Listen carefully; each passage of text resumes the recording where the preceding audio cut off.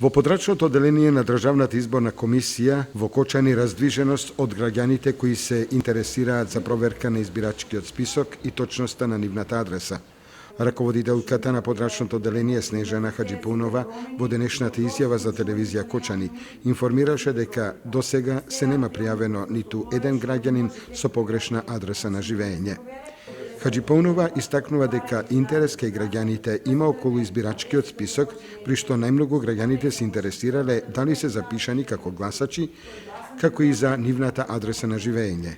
Оние со граѓани кои до декември 2015 година се стекнале со право на полнолетство се запишани веќе во избирачкиот список, а пак оние кои до денот на изборите, ако наполнат полнолетство, то треба да го пријават во Државната изборна комисија за да можат да се стекнат со право на глас.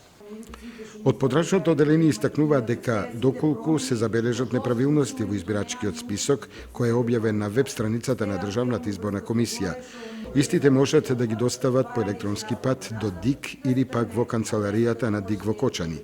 Од средината на април, доколку има избори во јуни, избирачкиот список ќе биде ставен и официјално на увид на граѓаните.